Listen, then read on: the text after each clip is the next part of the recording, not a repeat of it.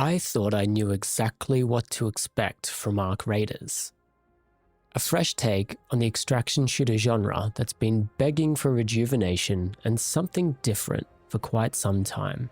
From seeing gameplay online and hearing the commentary from creators, it seemed poised to deliver the experience we've all been waiting for. And after finally getting my hands on it for the first time in the recent Service Slam, it absolutely met my expectations. But that's far from the full story.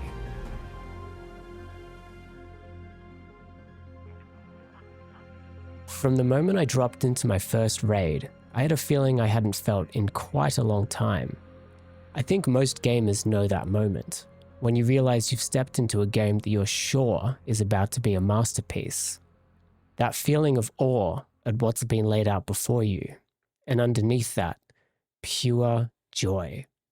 If you're like me, it's a feeling that you've chased into other games time and time again, hoping that they'll be able to replicate what you felt that very first time. I got that feeling at the beginning of The Witcher 3, and then again with Red Dead Redemption 2. Two incredibly acclaimed and loved games, so it was such a surprise to me that this feeling re-emerged during my first raid in Arc Raiders. I downloaded those two full games again just for that 20 seconds of footage. Please like the video. This game has that unquantifiable magic you can only feel by playing it. A dusty, abandoned surface world from a bygone era that truly feels like it was once lived in. Now teeming with lethal, mechanized arc predators patrolling the skies, hunting down anything and anyone trespassing above the ground. Merely watching gameplay doesn't do this game justice.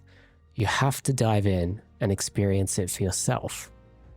The atmosphere that Embark Studios have created here is vividly reminiscent of an open-world adventure game, which I really wasn't expecting considering my first impression was, and I'm using air quotes here, just another extraction shooter. You can see the influences. There's The Mandalorian, and a take your pick of any post-apocalyptic AI Doom films, these old sci-fi visions of humanity's leftovers. But the world they've built still feels new and interesting. The variety of AI-controlled arc enemies is a fresh take for the genre, a welcome shake-up when your biggest comparison is Escape from Tarkov. And while the visuals alone are absolutely stunning, it's the sound design that really impressed me. I've never played a better sounding game. You can hear the world breathing, the wind sweeping across the wasteland, the crunch of metal and sand under your boots, the low hum of an arc in the distance that makes you feel like you're only just avoiding detection. Every sound feels thoughtful and deliberate. It keeps the tension high while also adding to the beauty that surrounds you. A perfect balance that brings the immersion in this game to another level. The Ark themselves feel like a formidable enemy. During my first raids, it wasn't the threat of other players that made me second guess my movements, it was the Ark that kept me on edge. In other extraction shooters, AI enemies often feel like free loot. You just put a bullet in them and move on. But Arc Raiders throws that sentiment to the wind and says, no. These are the enemies that you should really fear. From snitches and hornets, to bombardiers and leapers, to the monstrous queen, and this terrifying thing. There's an incredible variety of enemies here that few other games in this genre have even tried to match. And sure, after some playtime, some better gear, and a solid strategy, they'll definitely get easier to manage, but early on I found myself avoiding them because it just didn't even feel like I could put a dent in them. A lot of the time, it feels like if you can't put aside your differences with other raiders, whatever arc gets drawn to the sound of your loot-obsessed squabbling will be the death of you all. If not by the arc, then by other raiders coming to clean up the scraps. Sometimes you need to band together just to have a hope of getting out alive. That sense of fear and tension hit its peak for me during a night raid. There was one moment where I looked at my party members, and we were all silently crouching through the darkness.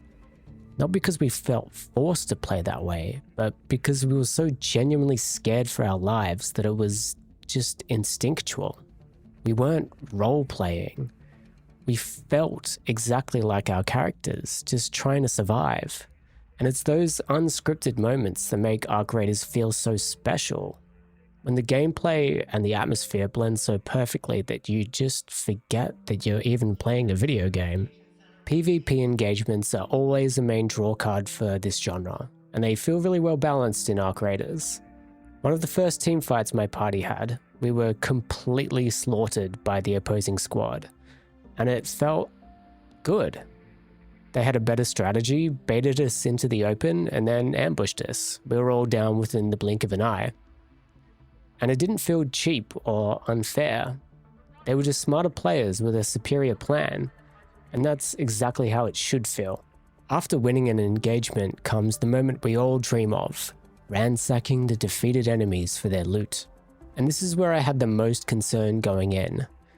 Being a controller player, and I know, some of you probably just turned away from your screens in disgust, I'm very sorry, but inventory management can feel incredibly clunky on controller compared to mouse and keyboard. However, a lot of thought has gone into how this integral part of the game works on controller. It's intuitive, there are plenty of shortcuts, and after some time using the system, you really don't need to think about it at all. Big tick from me. As usual, you can sell any loot you found for currency, and then use that currency to buy supplies for your next raid. Some items can be used to craft weapons, shields, heals, and other gear for in-raid use. Higher tier loot can even be recycled for more lower tier materials, which is great for crafting needs. And then of course, there's Scrappy, your adorable rooster pal who passively loots for scrap while you're out on the surface, giving you free crafting items.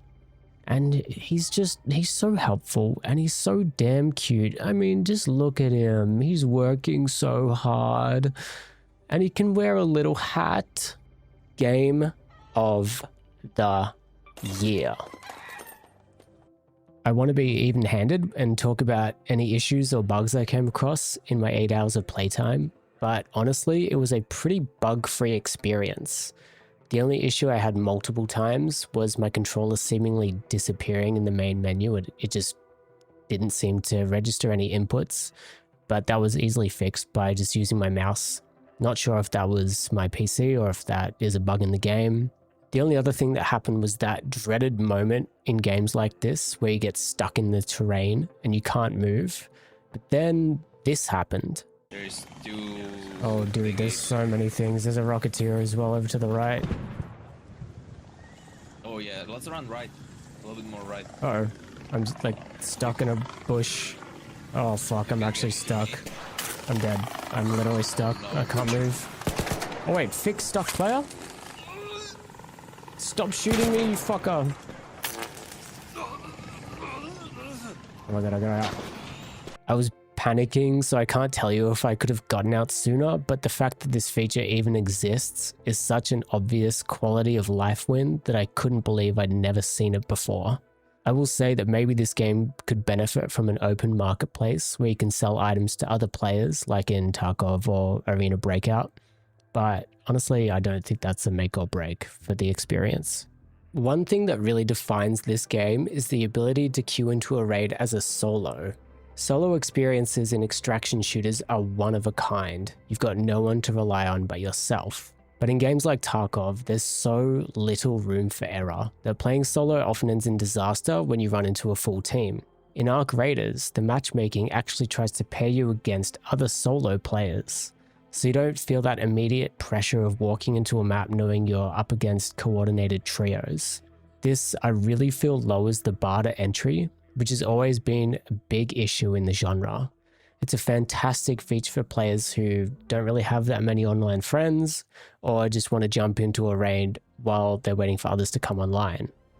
So after about 8 hours in the server slam, I can confidently say, yes, Arc Raiders is absolutely worth the hype. I mean, this game has me so goddamn inspired that I went and made this video that I have no idea how to make.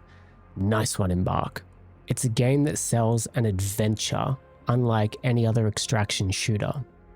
The loot and the PvP really are just tools to drive exploration and those insane in-raid storylines. If you're on the fence about this one, I highly encourage you to give it a go, especially at its price point, £31, 50 US dollars, about 40 euros, and about 60 Australian dollars. If Embark Studios can carry this momentum through launch and into the future, I truly think we're looking at something very, very special. Thank you so much for watching. If you played the Service Land 2, feel free to drop your thoughts in the comments, hit like if you're hyped for the release, and please consider subscribing to the channel. I'll see you next time.